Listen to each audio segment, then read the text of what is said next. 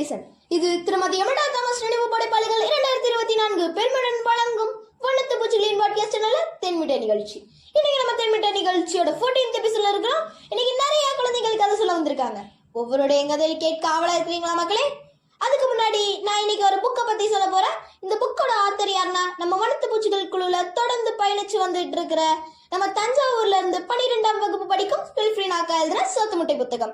இவங்க இந்த சோத்து முட்டை புத்தகத்துல என்னென்ன கவிதை எழுதியிருக்காங்கன்னா, நம்ம எல்லாருக்கும் முடிச்ச சாப்பாட்டை பத்தி அழகா ரசனையோட கவிதை எழுதியிருக்காங்க. இவங்களோட கவிதையெல்லாம் ஒவ்வொரு கதைக்கு அப்புறமும் நான் கவிதையை வாசிச்சு காமிக்கிறேன். நல்லா கேட்டு என்ஜாய் பண்ணுங்க. இப்ப கதைய ஆரம்பிக்கலாமா? இந்த 14th எபிசோட்ல ஃபர்ஸ்ட் கதை சொல்ல வருது யாரு தெரியுமா? நம்ம வண்ணத்து பூச்சிகளுக்குள்ள தோரிகை சிற்பி விருது வாங்கின நம்ம சென்னையில 6ஆம் வகுப்பு படிக்கும் PM சாய் ஹர்ஷித். அனைவருக்கும் வணக்கம். என் பெயர் PM சாய் ஹர்ஷித். நான் 6ஆம் வகுப்பு படிக்கிறேன். இப்போ நான் உண்மையாக நடந்த சம்பவத்தை தான் இப்போ நான் சொல்ல போகிறேன் கதையா. ஒரு கிராமத்தில் கோபாலும் அவனுடைய அப்பா அம்மாவும் அவனுடைய தம்பியும் வாழ்ந்துட்டு இருந்தாங்களா. அவனுடைய தம்பி பேர் கோவிந்தனா. கோபால் ரொம்ப பிரில்லியண்டான பையன். வீட்டுக்கு வந்தோடனே ஹோம்ஒர்க்கை தான் ஃபஸ்ட்டு முடிப்பான், அப்புறம் தான் விளையாடுவான். கோபால் நெக்ஸ்ட் டே ஸ்கூலுக்கு போகிறான். ஸ்கூலுக்கு போனோடனே எல்லா பீரியடையும் முடிச்சுட்டு மேக்ஸ் பீரியட் தான் லாஸ்ட்டாக வருது. அப்போ கோபால் வெளியே பறவைங்க விளையாடுறத கவனிச்சிட்டு இருக்கான். அதிலே பாதி நேரம் செலவழிச்சதுனால மேக்ஸ் பீரியடும் முடிஞ்சிருச்சு. அப்போ மேம் சால்வ் பண்ண எல்லா சம்ம முடிச்சுட்டு 2 சம்ம மட்டும் ஹோம்ஒர்க் கொடுக்குறாங்க. அப்போ கோபால் எல்லா ஹோம்ஒர்க்கையும் வேகமாக எழுதி பேக் பண்ணி வீட்டுக்கு போகிறான். அப்புறம் எல்லா ஹோம்ஒர்க்கையும் முடித்தோடனே மேக்ஸ் ஹோம்ஒர்க்கை பண்ண மறந்துடுறான். அப்போது நம்ம தான் எல்லா ஹோம்ஒர்க்கையும் முடிச்சிட்டோமே, நம்ம விளையாட போகலான்னு வெளியே விளையாட போகிறான். விளையாடி முடித்தோடனே வீட்டுக்கு சாப்பிட்டு தூங்கிடுறான். கோபால் நெக்ஸ்ட் டே ஸ்கூலுக்கு போகிறான். அவனுடைய பெஸ்ட் ஃப்ரெண்ட் கேட்குறான், கோபால், நேற்று கொடுத்த மேக்ஸ் ஹோம்ஒர்க்கை முடிச்சிட்டியா அப்படின்னு பெஸ்ட் ஃப்ரெண்ட் கேட்குறான். மேக்ஸ் ஹோம்ஒர்க்கா? அப்படியே என்ன, எந்த ஹோம்ஒர்க்கு கொடுக்கலையே நேற்று அப்படி சொல்கிறான் கோபால். நேற்று மேக்ஸ் ஹோம்ஒர்க் கொடுத்தாங்க, உனக்கு தெரியாதா? நான் உன்னை கவனிச்சிட்டு தான் இருந்தேன். நீ வெளியில் குருவிங்க விளையாடுறத கவனிச்சிட்டு இருந்தேன், அதனால தான் நீ கவனிக்கலை. அதை நான் கவனிச்சிட்டு தான் இருந்தேன்னு பெஸ்ட் ஃப்ரெண்ட் சொல்கிறான். ஓஹோ, நீ கவனிச்சிட்டு இருந்தியா அப்படின்னு கோபால் சொல்கிறான். சரி வா, நான் உனக்கு அந்த சம்ம சொல்லித்தரேன் அப்படின்னு பெஸ்ட் ஃப்ரெண்ட் சொல்கிறான். அப்போ பெஸ்ட் ஃப்ரெண்ட் சொல்லி கொடுத்துட்ருக்கான். அப்போ கோபால் ஓ இதுதானா அப்படின்னு டப்புன்னு பிடிச்சிடுறான். அப்புறம் 2 ஹோம்ஒர்க்கு கரெக்டாக முடிச்சிடுறான் கோபால். அப்புறம் எல்லா பீரியடு முடித்தோடனே சேம் டைம் அதே மேக்ஸ் பீரியட் தான் லாஸ்ட்டாக வருது. அப்புறம் மேம் உள்ளே வராங்க. அப்போது எல்லாரும் மேக்ஸ் ஹோம்ஒர்க் முடிச்சிட்டிங்களா, சப்மிட் பண்ணுங்க அப்படின்னு மேக்ஸ் மேம் சொல்கிறாங்க. கோபால் சப்மிட் பண்ணுறான். அப்போ மேம் எல்லாத்தையும் கரெக்ஷன் பண்ணோடனே கோபால் நோட்டை தான் லாஸ்ட்டாக கரெக்ஷன் பண்ணுறாங்க. கரெக்ஷன் பண்ணோடனே எல்லா சம்மும் கரெக்டாக இருக்குது. பிள்ளைங்களா, நான் ஒன்று சொல்ல மறந்துட்டேன். நீங்கள் எல்லா சம்மும் கரெக்டாக பண்ணியிருந்தீங்கன்னா நான் உங்களுக்கு ஒரு gift கொடுப்பேன்னு மேக்ஸ் மேம் சொல்கிறாங்க. அடடே, கிஃப்டா? நல்ல கிஃப்டாக தான் இருக்கும். எல்லாரும் கிஃப்டை பற்றியே யோசிக்கிறாங்க. மேக்ஸ் மேம்க்கு ரொம்ப சர்ப்ரைஸ். கோபால் அந்த 2 சம்மை கரெக்டாக முடிச்சிருக்கான். அப்போ மேக்ஸ் மேம் கோபாலை கூப்பிட்டு, கோபால், நீ 2 சம்மை கரெக்டாக பண்ணதுனால இந்தா உனக்கு கிஃப்ட்டு அப்படின்னு கிஃப்ட் கொடுக்குறாங்க கோபாலுக்கு. எனக்கு இந்த கிஃப்ட்டு வேணாம் அழுதுகிட்டே சொல்கிறான் கோபால். அப்புறம் மேக்ஸ் மேம்க்கு புரியல, ஏன் கிஃப்ட்டு வேணாம் சொல்கிறான் அப்படின்னு மேக்ஸ் மேம் நினைக்கிறாங்க. ஏன்னா கோபால் சொல்கிறான், நான் இந்த ஹோம்ஒர்க்கை பண்ணலை, என் ஃப்ரெண்டு சொல்லி கொடுத்ததுனால தான் இந்த ஹோம்ஒர்க்கை பண்ணேன் அப்படின்னு கோபால் சொல்கிறான். இந்த கிஃப்ட்டு என் ஃப்ரெண்டுக்கு தான் போகணும், எனக்கு வேண்டாம் அப்படின்னு சொல்கிறா கோபால். அப்போ மேக்ஸ் மேம் ரொம்ப அதிர்ச்சி பட்டு, இந்த gift உனக்கு ஹோம்ஒர்க் பண்ணதுனால இல்லை, நீ நேர்மையாக இருந்தல்ல, அதனால தான் இந்த gift வந்து உனக்கு வந்து தந்திருக்கேன் அப்படின்னு மேக்ஸ் மேம் சொல்கிறாங்க. இந்த கதை வந்து யாரோட கதை உங்களுக்கு தெரியுமா? நம்ம இந்தியன் ஃப்ரீடம் ஃபைட்டர் கோபாலகிருஷ்ணன் கோகலேவோடைய ரியலான ஸ்டோரி அவருக்கு நடந்திருக்கு. அந்த ஸ்டோரியை தான் இப்போ நான் வந்து உங்களுக்கு சொல்லியிருக்கேன். நன்றி, வணக்கம். சிங்கத்தை போல தூய்மையானவர், ஆட்டுக்குட்டியை போல மென்மையானவர், சிங்கத்தை போல துணிச்சலானவர், தவறுக்கு வீரமிக்கவர் மற்றும் அரசியல் துறையில் மிக சிறந்த மனிதர் என்று காந்தியடிகளால் போற்றப்பட்ட நமது சுதந்திர போராளியான கோபாலகிருஷ்ண கோகலேவை பற்றி நம்ம சாஹிர்ஷித் அழகா சொன்னாங்கல்ல.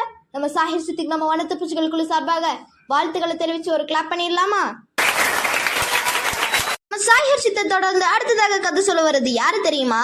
நம்ம சென்னை கண்ணகி நகரில் இருந்து தனுஷ். நம்ம தனுஷ் கதையை கேட்கறதுக்கு முன்னாடி நம்ம ஸ்பெல்ஃபினாக்கா புக்ல இருந்து ஒரு கவிதையை கேட்டுடலாமா? அதாவது ஸ்பெல்ஃபினாக்கா செஞ்ச ஃபர்ஸ்ட் டிஷ் என்னன்னா அல்வா. அதை பத்தி ஒரு கவிதை எழுதியிருக்காங்க, கேட்போமா?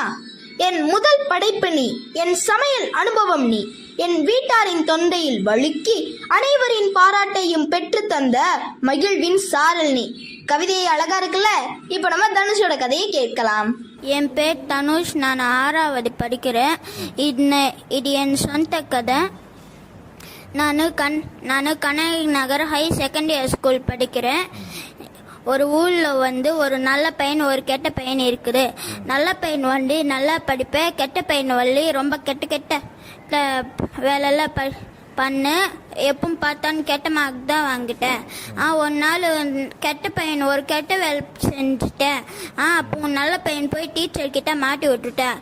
அதுக்கு கெட்ட பையன் ஒரு நாள் அவன் நல்கிட்டக்கு ஒரு பெரிய குரூப் வச்சுட்டு அவன் மேலே போட்டேன். கெட்ட பையன் வந்து நல்ல பையனை ரொம்ப அழிச்சிட்டு நல்ல பையனும் ஹாஸ்பிட்டலில் ஜாயின் ஆகிட்டேன். கெட்ட பையன் ரொம்ப ரொம்ப ரொம்ப கெட்ட வேலை எல்லாம் பண்ணிட்டேன். ஒரு நாள் அப்படியே ஒரு கெட்ட வேலை பண்ணிட்டுனா அந்த கிளாஸில் ஒரு பையன் வந்து அவன் அழிச்சிட்டேன். இதுக்கு மோரல் என்னதுன்னா, யாருக்கன்னா கெட்ட செஞ்சுனா நம்மளுக்கே கெட்ட வரும். தேங்க்யூ. மக்களே, நம்ம தனுஷ் சொன்ன கதை அவங்களோட சொந்த கதை. தனுஷ், உங்க சொந்த கதை ரொம்ப அருமையா இருந்துச்சு. நீங்க இன்னும் நிறைய கதைகள் எழுதி சொந்த புக்கா போட்டு எங்களுக்கு ஒரு புக்கா கொடுத்துருங்க. நம்ம தனுஷோட சொந்த முயற்சிக்காக நம்ம ஒரு கிளாப் தெரிவிச்சிடலாமா மக்களே? நம்ம தனுஷை தொடர்ந்து அடுத்ததாக கதை சொல்ல வருது யார் தெரியுமா? நம்ம சென்னை கண்ணகி நகரில் 9ஆம் வகுப்பு படிக்கும் கிருதீஷ். கிருதீஷோட கதை கேட்கறதுக்கு முன்னாடி நம்ம ஸ்பெல்ஃபினாக்கா நம்ம எல்லாருக்கும் பிடிச்ச பிரியாணி பற்றி என்ன கவிதை எழுதியிருக்காங்கன்னு பார்ப்போமா? பிரியாணியே பிரியாணியே, நீதான் என் ராணியே, என் சுவாசத்தில் நுழைந்தாயே, மனம் போல் என் மூக்கிற்குள் நுழைந்தாயே, கவலையின் போது என் மனதிற்கு ஆறுதல் அளித்தாயே, எப்பொழுதும் நீதான் என் ராணியே பிரியாணியே. இந்த கவிதை ரொம்ப அழகா இருக்குல்ல? இப்ப நம்ம கிருதேஷோட கதையை கேட்கலாமா? என் பேர் கிருதேஷ், 9th ஸ்டாண்டர்ட் படிக்கிறேன். அரசு மேல்நிலைப்பள்ளி கலைஞர் செகண்டரி ஸ்கூலில் படிக்கிறேன்.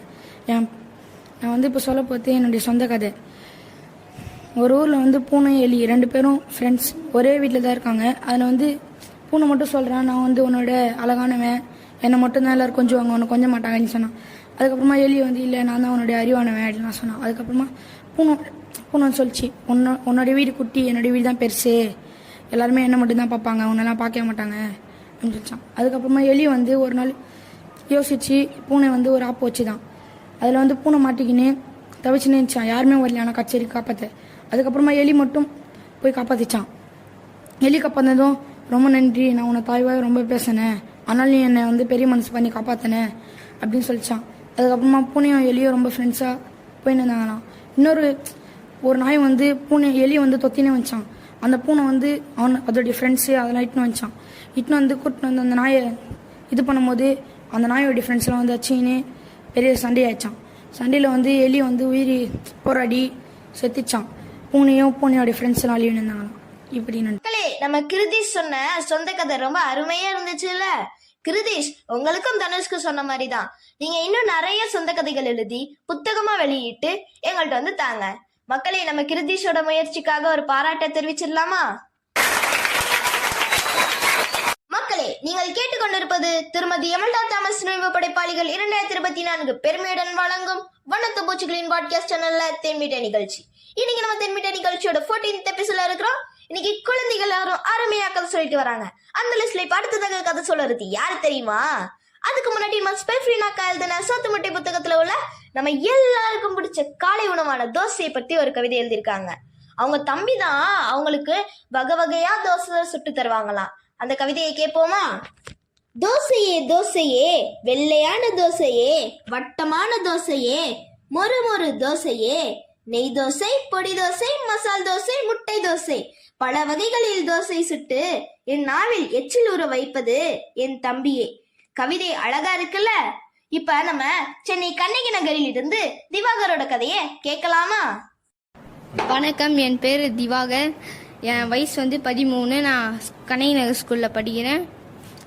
நான் இப்போ ஒரு கதை சொல்ல போகிறேன். ஒரு ஊரில் ஒரு மாமரமும் ஆலமரமும் இதுதான். மாமரம் நல்ல மரமா, ஆலமரம் கெட்ட மரமா. அதனால் ஒரு தேனி சொல்லுதான், என்ன இங்கே கூடு கட்டுக்கலாமான்னு. அதுக்கு ஆலமரம் சொல்லுதான், இங்கெல்லாம் கட்டக்கூடாது, வேற எங்கன்னா போய் கட்டிக்கோன்னு சொல்லிக்கிதான். அதனால அந்த மாமரத்துக்கிட்டே போய் கட்டிக்கிச்சேன். நீ கட்டிக்க போறாள், நான் பார்த்துக்கிறேன் அப்படின்னு கட்டிக்கிச்சான். ஒரு நாள் மரம் வெட்டுறவங்க வராங்களாம். அந்த மரம் வெட்டுறவங்க மாமரத்தை வெட்ட போறாங்க. அப்போ வேணாம், இல்லை தேனி ஆகுது, ஆலமரத்தை போய் வெட்டலாம், பெரிய மரமாகுது, அதை வெட்டலாம் அப்படின்னு போல இப்போ வெட்டினேங்கிறாங்க. அப்போ மாமரம் சொல்லி, அவன் நம்ம நண்பர் தானே, போய் காப்பாத்துங்க அப்படின்னு சொன்னியும் தேனியை போய் காப்பாத்திச்சு.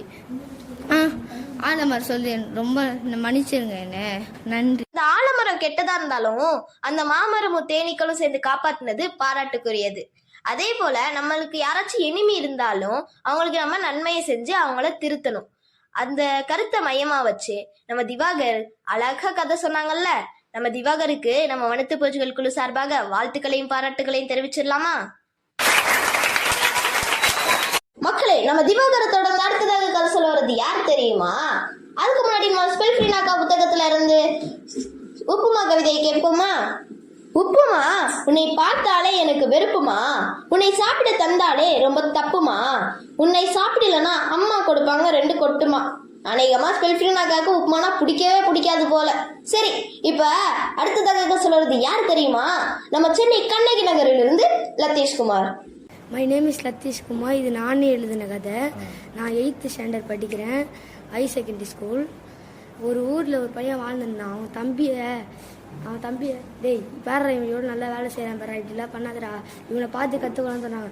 நீ அவனை பார்த்து எப்போ பார்த்தாலும் அவனே திட்டிமா, என்னை நல்லா சொல்ல பாட்டுருமா போமா நான் சொல்லி அவன் வெளில போட்டான். வெளில போயிட்டா அவன் நெஞ்சில் ஒரு ஸ்டார் மாதிரி இருக்கும். சின்ன வயசுலேருந்து அவனுக்கு ஒரு மாதிரி இருக்கும். அப்புறம் அவன் ஒரு மரத்துக்கல்ல போய் பார்த்துன்னு வானத்தை பார்த்துட்டு என்னை யாரும் பார்த்துக்கவே மாட்டாங்க, ஏன் இப்படி இருக்கிறோம் இந்த உலகத்துல அப்படின்னு சொல்லி யோசிச்சுட்டு பார்த்துன்னுக்குறான். அங்கே ஒரு மினுக்குது. இன்னொரு அதுன்னு சொல்லி கையை விட்டு தோண்டி தோண்டி பார்த்தானா அதில் ஒரு ஸ்டார் மாதிரி இருக்குது. அந்த ஸ்டார் எடுத்து அவன் நெஞ்சில் ஒரு ஸ்டார் மாதிரி சொன்னல, அந்த ஸ்டார் அவன் நெஞ்சில் வச்சோடனே அவன் அப்படியே ஒரு மிருகம் மாதிரி ஆகிறான்.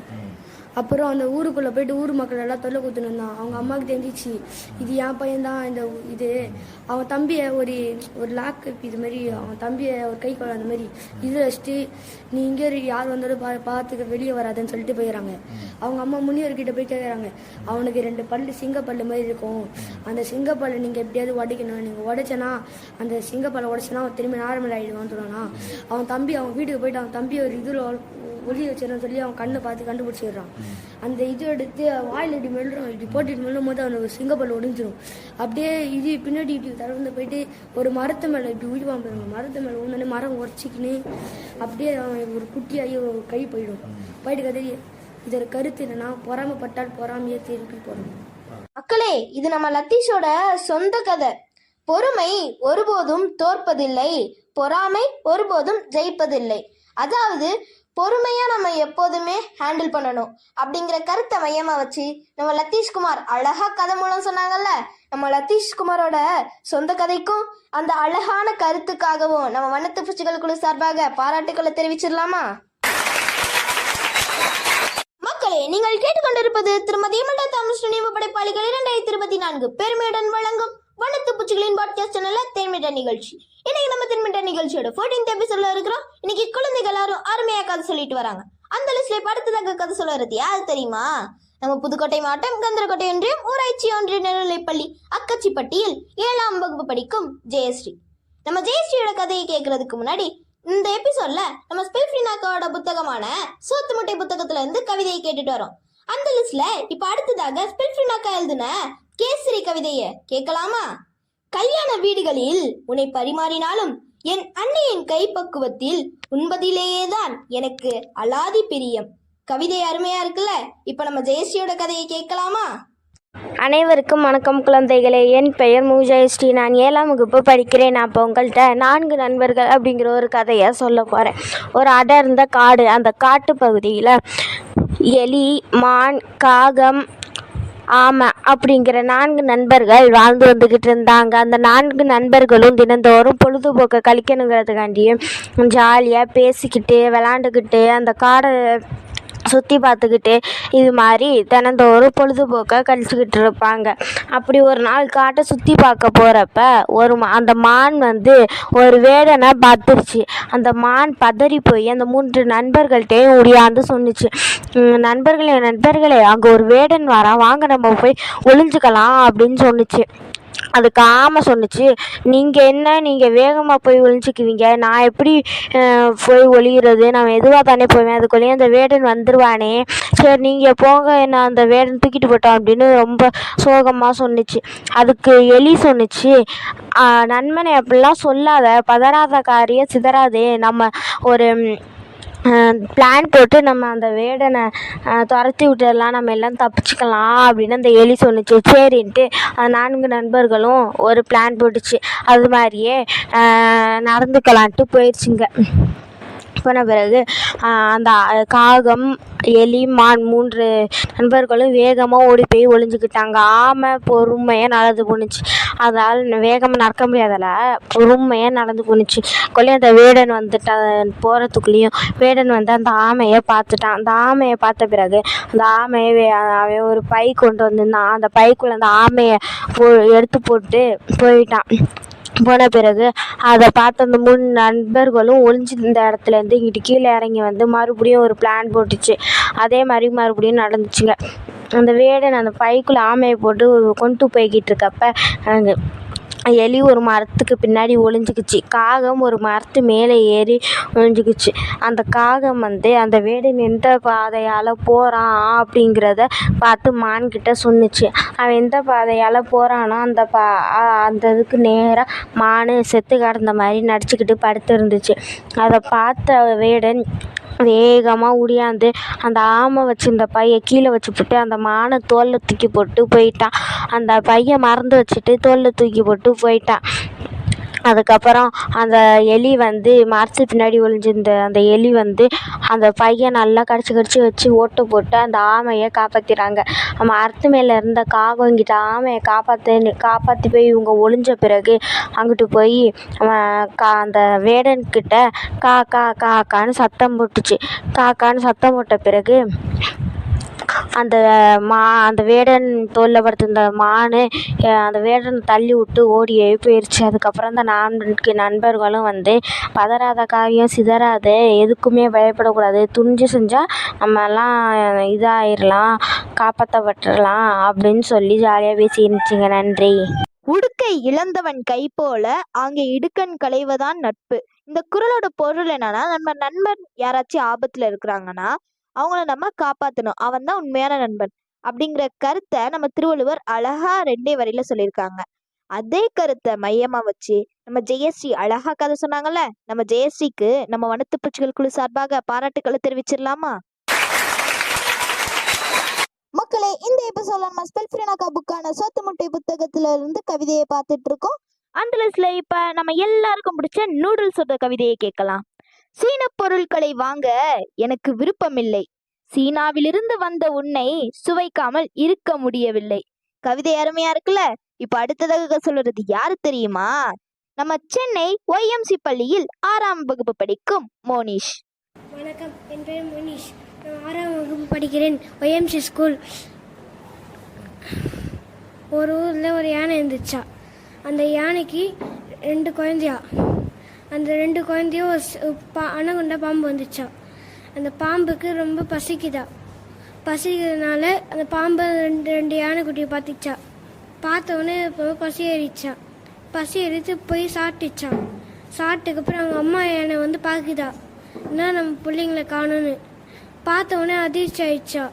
அதுக்கப்புறம் அணகுண்டா பாம்பு வைத்து பார்க்குதா. அன்னைக்கு அணகுண்டா பாம்பு பக்கத்தில் தான் நரி சொல்லிச்சா, நான் பார்த்த கடைக்கு போகும்போதே அணகுண்டா பாம்பு தான் வந்து சாப்பிட்டுச்சு தான் எல்லாம் சொன்னாங்க அப்படி சொல்லி போயிடுச்சா. போனதுக்கப்புறம் பார்த்துச்சா பெரிய அவங்க அம்மா யானை பாம்பை, அணகுண்டா பாம்பை. பார்த்த உடனே அது வயது ரொம்ப இருந்துச்சா. ஒரே நிமிஷத்துல ஷாக் ஆயிடுச்சா, அதுமாரி பயமாயிடுச்சா அதுக்கு. அடுத்து அது குட்டியை பெரிய யானை நசுக்கி கொண்டுச்சா. அது அணகுண்டா பாம்பு வந்து கேட்டுச்சா அவங்க அம்மா, ஏன் குட்டிங்க சாவ வச்சேன்னு சொல்லிச்சு கேட்டுச்சா. கேட்டும் போது நீ மட்டும் குழந்தைங்க சாவடிக்க முடியாதுன்னு கேட்டுச்சா. அதுக்கப்புறம் சிங்கராஜா வந்தாரா. சிங்கராஜா கிட்ட போய் சொன்னிச்சா யானை, எங்கள் குட்டிங்க சாவ வச்சிருச்சு, அதாவது அவங்க சுற்றி நாங்கள் இறந்து வச்சோம் சொல்லிச்சா.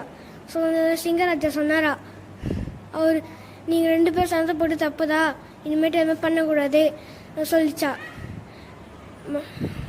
வணக்கம், நன்றி. மக்களே, நம்ம மோனிஷ் சொன்ன அனகொண்டாவும் குட்டி யானையும் கதை ரொம்ப அருமையா இருந்துச்சுல்ல. நம்ம மோனிஷுக்கு நம்ம வனத்து பூச்சிகள் குழு சார்பாக பாராட்டுகளை தெரிவிச்சிடலாமா? உங்க யாருக்கெல்லாம் பூரி பிடிக்கும்? எனக்கு பூரி ரொம்ப பிடிக்கும். நம்ம ஸ்பெல்ஃபினாக்காக்கும் பூரி ரொம்ப பிடிக்கும் போல.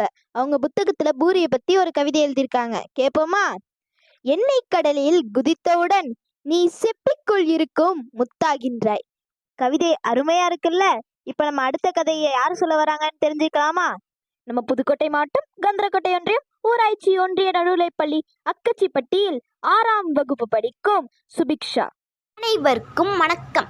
என் பெயர் சுபிக்ஷா. நான் ஊராட்சி ஒன்றிய நடுநிலைப்பள்ளி அக்கச்சிப்பட்டியில் 6ஆம் வகுப்பு படிக்கின்றேன். நான் எடுத்துக்கொண்ட தலைப்பு ஒரு குட்டி எறும்பும் யானையும். ஒரு குட்டி எறும்பு, அதன் பெயர் டூடு. டூடு யோசித்தது, நான் ஏன் குட்டியாக இருக்கேன், பெரிய உருவமாக மாறலாமா, ஆனால் யாரை போல மாறுவது? போயிட்டுருக்கும்போது சிங்கம் நின்றுச்சான்.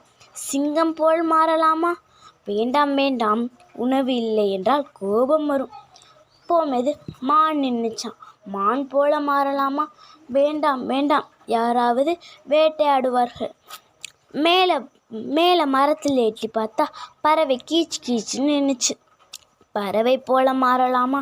வேண்டாம் வேண்டாம், கூடு கட்ட மரமில்லை. டூடு காட்டின் கடைசிக்கு வந்துச்சு. அங்கே ஒரு யானை கூட்டம் நின்றுச்சு. யானை நண்பா, உன்னை போல மாற வேண்டும், டூடு சொன்னது. ஏன் என்றது யானை. உனக்குத்தான் பிரச்சனையே இல்லை என்றது டூடு. இங்கே வா, இந்த குளத்தை பாரு, இங்கே மனிதர்கள் அடிக்கடி வருவார்கள் என்றது யானை. இங்கே பாரு, கண்ணாடி பாட்டில் கூட காலை குத்தி கிழிச்சிரும், சோகமாக சொன்னிச்சு. அப்படி சொன்னதுக்கப்புறம், சரி நண்பா, நான் போயிட்டு வரேன். சரி நண்பா, நீ போயிட்டு வா அப்படின்ட்டு யானையும் டூடும் டாட்டா சொல்லிக்கிட்டு போயிட்டு அதுக்கப்புறம் சரின்ட்டு டூடு போயிடுச்சு. கடைசிக்கு போயிடுச்சு. காட்டின் கடைசிக்கு போயிட்டதுக்கப்புறம் அதோட இது வந்துச்சு. அதையே தாண்டி போனதுக்கப்புறம் நான் அதே யோசனை வந்தனால தானே நான் அதுக்கு என் வீடு தாண்டி வந்துட்டேன். வா, நான் என் வீட்டுக்கே நான் போகிறேன் அப்படின்னு சொல்லிட்டு வீட்டுக்கு போயிட்டு அந்த கதவை இழுத்து முடிக்கிட்டு அது தூங்கிடுச்சு. நன்றி, வணக்கம். கதையோட முடிவை ரொம்ப அருமையா சொன்ன சுபிக்ஷாவுக்கு நம்ம வனத்து பூச்சிகள் குழு சார்பாக வாழ்த்துக்களும் பாராட்டுகளும். மக்களே, நீங்கள் கேட்டுக்கொண்டிருப்பது திருமதி எமல்டா தாமஸ் நினைவு படைப்பாளிகள் 2024 பெருமையுடன் வழங்கும் வனத்து பூச்சிகளின் பாட்காஸ்ட் சேனல்ல தேன்மிட்ட நிகழ்ச்சி. இன்னைக்கு நம்ம தேன்மிட்ட நிகழ்ச்சியோட 14th எபிசோட்ல இருக்கிறோம். இன்னைக்கு குழந்தைகள் ஒரு அருமையாக சொல்லிட்டு வராங்க. அது மட்டும் இல்லாம இன்னைக்கு நம்ம ஸ்பெல்ஃபினாக்காவோட புத்தகமான சோத்து முட்டை புத்தகத்துல இருந்து கவிதையை பார்த்துக்கிட்டு இருக்கோம். அந்த லிஸ்ட்ல நம்ம ஸ்பெல்ஃபினாக்காவோட அம்மா வாரம் சக்கரை பொங்கல் பண்ணி தந்துருவாங்களாம். அந்த சக்கரை பொங்கலை பத்தி நம்ம ஸ்பெல்ஃபினாக்கா ஒரு கவிதை எழுதியிருக்காங்க, கேட்போமா? அனைவரின் வீடுகளிலும் பொங்கல் என்று மட்டும் இடம்பெறும் நீ, ஏனோ என் வீட்டில் மட்டும் எல்லா வாரங்களிலும் இடம்பெறுகிறாய். இந்த கவிதை ரொம்ப அருமையா இருக்குல்ல. நம்ம ஸ்பெல்ஃபினாக்காவோட கவிதையை கேட்டு முடிச்சாச்சு. இப்ப அடுத்ததாக சொல்ல வருது யாரு தெரியுமா? நம்ம புதுக்கோட்டை மாவட்டம் கந்தரக்கோட்டை ஒன்றியம் ஊராட்சி ஒன்றிய நடுநிலைப்பள்ளி அக்கச்சிப்பட்டியில் 6ஆம் வகுப்பு படிக்கும் ராஜஸ்ரீ. அனைவருக்கும் வணக்கம். என் பேர் ராஜஸ்ரீ. நான் 6ஆம் வகுப்பு படிக்கிறேன். விவசாயம் கழுதையும் என்ற தலைப்பில் பேச வந்தேன். ஒரு முறை விவசாயி ஒருவர் தன்னுடைய கழுதையை விற்றுவிட தீர்மானித்தார். அருகிலுள்ள கிராமத்துக்கு தன் கழுதையையும் மகனையும் அழைத்து கொண்டு சென்றார். அவர்கள் இருவரும் கழுதையை இழுத்து கொண்டு நடந்து போனார்கள். நடந்து செல்லும் போது வழிப்போக்கர் ஒருவர் இவர்களை பார்த்து சிரித்தார். பிறகு கழுதை சும்மாதானே செல்கிறது, யாராவது ஒருவர் அதன் மீது ஏறி செல்லலாமே என்றார். அதுவும் சரி என்று தந்தை மகனை கழுதையின் முதுவில் ஏற்றிவிட்டார். சிறிது தூரம் சென்றதும் எதிரே வந்த ஒருவர் ஏனப்பா வயதான தந்தையை நடக்க வைத்து விட்டு நீ செல்லுவது நியாயமா என விவசாயி மகனை பார்த்து கேட்டார். உடனே மகன் கீழே இறங்கி கொண்டு தந்தையை கழுதை மீது அமரச் சொன்னார். தந்தையும் அவ்வாறே செய்தார். இப்படியாக இன்னும் சிறிது தூரம் பயணித்த பிறகு இன்னொருத்தர் தந்தையை பார்த்து கடிந்து கொண்டார். ஏனையா இப்படி சின்ன பிள்ளையை நடக்கவிட்டு நீங்கள் கழுதை மேல் பயணிக்கலாமா என கேட்டார். தந்தையும் மகனும் ஆளாளுக்கு இப்படி சொல்கிறார்களே என்ன செய்வது என பலவாறாக யோசித்து முடிவில் இருவருமே அந்த கழுதையின் முதுகில் ஏறி செல்வோம் என ஏறிக்கொண்டனர்.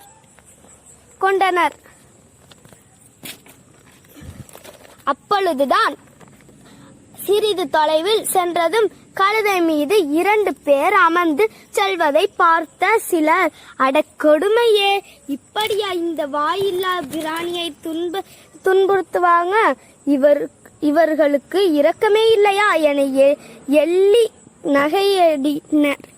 அவர்கள் பேச்சை கேட்டவுடன் விவசாயிக்கு மிகவும் கோபம் ஏற்பட்டது. உடனே இருவரும் கழுதையின் மீதிருந்து கீழே குதித்தார்கள். மனம் குழம்பிய போன தந்தையும் மகனும் கழுதையை தூக்கி கொண்டு செல்வது தான் சிறந்தது என்று அவர்கள் இவரும் தீர்மானித்தனர். மிகவும் சிரமப்பட்ட கழுதையின் கால்களை கட்டிய பிறகு ஒரு கம்பில் கழுதையை கட்டி அதை தோளில் தூக்கி வைத்து கொண்டு அவர்கள் தொடர்ந்து நடந்தனர். கிராமத்தை அடைவதற்கு முன்னால் ஆற்றின் மீது இந்த ஒரு பாலத்தை அவர்கள் கடக்க வேண்டியிருந்தது.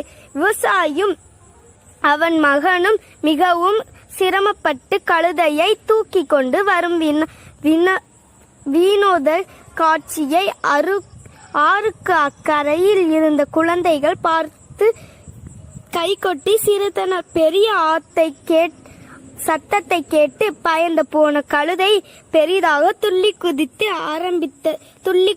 ஆரம்பித்தது. அதை தூக்கி கொண்டு வந்த தந்தை மகன் இருவரின் பிடியும் நழுவியது. அந்த பரிதாபமான கழுதை ஆற்று நீருக்குள் விழுந்தது.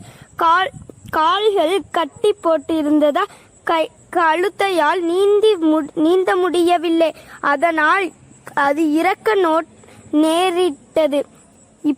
இப்படி சுயமாக சிந்தித்து முடிவெடுக்காமல் அடுத்தவர் சொல்வதை கேட்டதால் தங்களுக்கு அடிபட்டதோடு கழுதையும் இறந்து போய்விட்டதே என கவலைப்பட்டபடியே நடந்தனர். நீதி இந்த கருத்து என்ன? சொல் புத்தியை விட சுய புத்தி அவசியம். நன்றி. மத்தவங்க நம்மள்ட்ட ஏதாச்சும் சஜஷன் சொன்னாலும் நம்ம அது கரெக்டா இல்லையான்னு நம்ம யோசிச்சு பார்க்கணும். அதைத்தான் நம்ம ராஜஸ்ரீ சொல் புத்தி மட்டும் இல்ல சுய புத்தியும் முக்கியம்ங்கிற நீதியை வச்சு அருமையா சொல்லியிருக்காங்க. இவங்களுக்கு நம்ம வண்ணத்து பூச்சிகள் குழு சார்பாக வாழ்த்துக்களையும் பாராட்டுகளையும் தெரிவிச்சிடலாம். இந்த வாரம் நம்ம தென்மிட நிகழ்ச்சியில கலந்து கொண்ட எல்லா குழந்தைகளுக்கும் நமது வண்ணத்து பூச்சிகள் குழு சார்பாக வாழ்த்துக்களையும் பாராட்டுகளையும் தெரிவித்துக் கொள்கிறேன். அது மட்டும் இல்லாம நீங்கள் இந்த தென்மிட நிகழ்ச்சியில கலந்து கொள்ளணும்னா ஒரு கிளியரான ஆடியோ வெளி சுத்தம் எதுவும் கேட்காம MP3 ஃபார்மட்ல நம்ம வண்ணத்து பூச்சிகள் FM 2023@gmail.com மெயில் பண்ணுங்க. நீங்க அனுப்புனதுக்கு அடுத்த வாரம் நம்ம தென்மிட நிகழ்ச்சியில உங்க கதை வரும். அது மட்டும் இல்லாம இந்த வாரம் நம்ம ஸ்பெல்ஃபினாக்காவோட புத்தகமான சோத்து முட்டை புத்தகத்துல இருந்து கவிதையை பார்த்துட்டு இருந்தோம். ஸ்பெல்ஃபினாக்கா புத்தகத்துல இந்த கவிதைகள் மட்டும் இல்ல, இன்னும் நிறைய கவிதைகள் இருக்கு. அதெல்லாம் நீங்க தெரிஞ்சுக்கணும்னா நம்ம ஸ்பெல்ஃபினாக்காவோட புத்தகமான சோத்து முட்டை புத்தகத்தை வாங்கி படிச்சு பாருங்க. அது மட்டும் இல்லாம இத்துடன் இந்த வாரத்தின் தேன்மிட்ட நிகழ்ச்சி நிறைவடைகிறது. மீண்டும் அடுத்த வாரம் ஞாயிற்றுக்கிழமை மாலை 6 மணிக்கு ஸ்பாட்டிஃபை செயலியில் வண்ணத்து பூச்சிகளின் பாட்காஸ்ட் சேனல்ல தேன்மிட்ட நிகழ்ச்சியை கேட்க தவறாதீர்கள். இப்பொழுது உங்களிடமிருந்து விடைபெறுவது உங்கள் ட்ரீசன்.